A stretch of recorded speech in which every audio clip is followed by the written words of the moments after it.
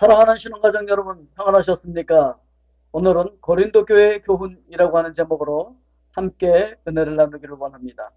고린도 교회는 뿔이라고 하는 뜻으로서 아테네 서쪽 64km 지점에 위치하고 있는 이 펠로폰네소스라고 하는 그 반도에 위치해 있는데, 이 아가야주의 수도였고 항구 도시였었습니다. 이 고린도는 지중해 연안 국가들의 해상 교통과 무역의 중심지였었습니다. 그리고 안전한 항해를 기원하는 각 나라와 민족의 우상들이 총집결해 있는 아주 현란한 우상의 도시였다라고도 이야기할 수가 있습니다. 한창 번창할 때는 인구가 30만 명이었다고 합니다. 고대 도시로서는 굉장히 큰 대도시였었던 것이죠. 주전 146년 로마 제국에 의해서 한번 파괴되었다가 주전 44년에 재건이 되었습니다. 그리고 수차례 지진으로 파괴되었었지만 지리학적인 요건으로 다시 재건된 것이죠. 2만 명을 동시에 수송할 수 있는 야외 극장도 있었고, 이곳에서 고대 운동 경기들이 치러지기도 했었습니다. 아, 그리고 이 고린도에는 대략 한 1000명 정도 되는 신전의 여사제들이 있었는데 사실은 그들이 창녀였었죠. 자, 그래서 그들이 명목상으로는 여신 아프로디테 신전에서 그 신을 섬기는 일을 한다고 하면서 온갖 음행이 자행되어지는 그런 도시였다라고 하는 것이죠. 그래서 그랬는지 이 고린도는 굉장히 음행이 보편되어 있던 그런 도시였던 것이죠. 이 고린도에는 세계 3대 운하 중에 하나인 고린도 운하가 위치하고 있는데요. 서쪽 바다인 이오니아 해와 동쪽 에게해를 연결하는 길이 6.7km, 폭이 25m, 수심이 8m, 그리고 운하 양쪽 벽을 잇는 다리에서 수면까지 높이가 약 90m가 되는 운하입니다.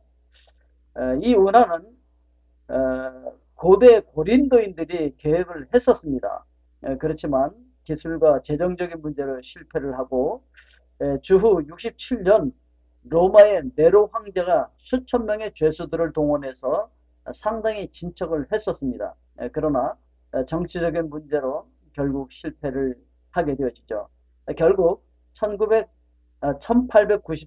9월 25일 날 이 운하가 완공되게 되었습니다. 이 고린도 교회는 아주 다양한 은사와 또 서로를 섬기며 교회를 세우기 위해서 여러 가지 직분과 또 사역을 성령께서 그들에게 나눠 주었었죠. 자, 그래서 고린도전서 12장 4절부터 보면은 이런 말씀이 있습니다. 은사는 여러 가지나 성령은 같고 직분은 여러 가지나 주는 같다. 이렇게 이야기하면서 그들이 하나가 되어질 것을 이야기하고 있는 모습이지요. 또한 6절부터 7절까지 보면은 또 사역은 여러 가지나 모든 것을 모든 사람 가운데서 이루시는 하나님은 같으니 각 사람에게 성령을 나타내심은 유익하게 하려 하심이라 이렇게 말씀을 하고 있거든요. 그래서 우리가 각자의 사역이 다 다르지만 우리가 믿는 하나님은 같은 분이시고 우리 속에 계신 예수 그리스도의 거룩한 성령께서 우리에게 나타나 주시는 것은 결국 우리 모두를 유익하게 하고 교회를 유익하게 하고 우리 삶을 유익하게 하려고 하는 것이다. 이렇게 말씀을 하고 있는 것이죠. 자, 그런데 이 고린도 교회는 이 고린도라고 하는 이 도시의 특성상 문제들이 상당히 많이 나타나고 있습니다. 예. 그래서 이 교회가 굉장히 문제가 많은 교회였다라고 하는 것입니다. 여러 민족들이 뒤엉켜서 살고 있었을 뿐만 아니라 음란한 도시였었고 철학과 이방 신들이 쇄도하는 그러한 도시였다라고 하는 것이죠. 그래서 이 많은 은사들을 가지고 있는 이 고린도 교회를 향해서 말씀하셨던 그 성령께서는 지금도 우리가 살아가면서 각자 다른 은사들을 가지고 살아가고 있잖아요. 자, 그런 우리의 탤런트들을 어떻게 사용해야 할 것인지를 가르쳐 주고 있는 것이죠. 그래서 고린도전서 12장 8절에서 어떤 사람에게는 성령으로 말미암아 지혜의 말씀을, 어떤 사람에게는 같은 성령을 따라 지식의 말씀을, 이 성령께서 각자 다른 것을 우리에게 허락해 주셨다는 것이죠. 자, 그러니까 우리가 직장 생활을 할 때도 마찬가지죠. 각자 잘할 수 있는 분야가 다 다르고 은사와 탤런트가 다 다르다라고 하는 것을 알 수가 있죠. 예, 이 사진에 보면은 머리는 없고 몸통만 있는 그 조각들이 있잖아요. 그런데 사실은 이것이 이렇게 해서 그 당시에 팔고 이걸 사다가 머리를 조각해서 그 위에다 얹어 놓는 것이 그 당시에 유행했던 것이라고 합니다. 그러니까 이제 오늘날 우리가 옷을 사 입는 것처럼 이 몸뚱아리를 사다가 머리만 조각해서 자기를 기념해서 뜰에다 세워놓고 이렇게 했었던 모습들인 것이죠. 자, 그런데 이런 다양한 것을 섬기고 다양한 문화가 존재하고 있는 이곳에 성령께서 여러 가지 은사를 허락해 주셨다는 거죠. 그래서 구절 말씀에도 보니까 다른 사람에게는 같은 성령으로 믿음을, 어떤 사람에게는 한 성령으로 병 고치는 은사를, 그리고 어떤 사람에게는 능력 행함을, 어떤 사람에게는 예언함을, 어떤 사람에게는 영들 분별함을, 다른 사람에게는 각종 방언 말함을, 어떤 사람에게는 방언들 통역함을 주셨다. 이렇게 말씀을 하고 있거든요.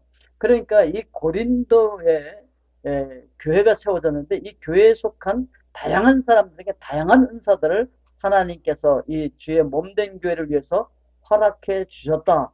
이렇게 말씀을 하고 있는 것입니다.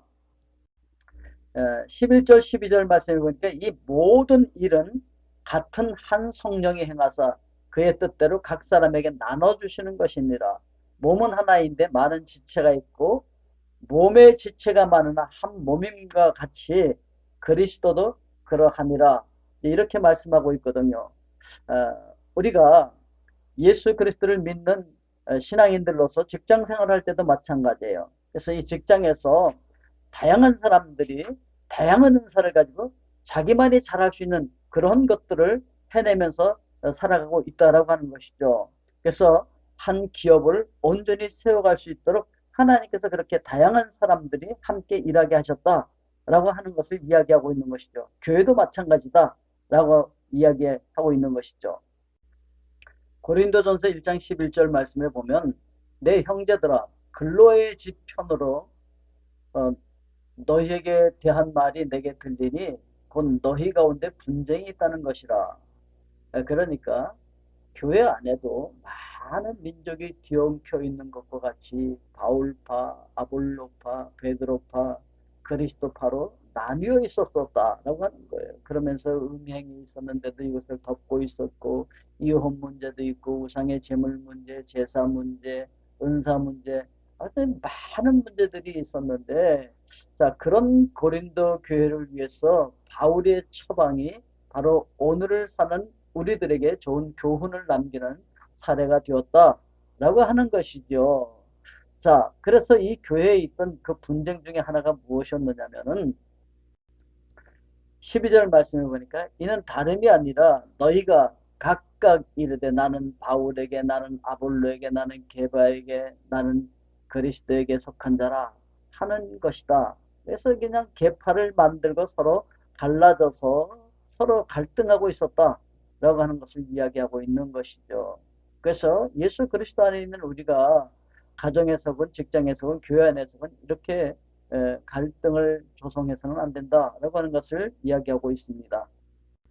13절 말씀해 보니까 그리스도께서 어찌 나뉘었느냐 바울이 너희를 위하여 십자가에 못 박혔으며 바울의 이름으로 너희가 세례를 받았느냐 이렇게 말씀하고 있잖아요.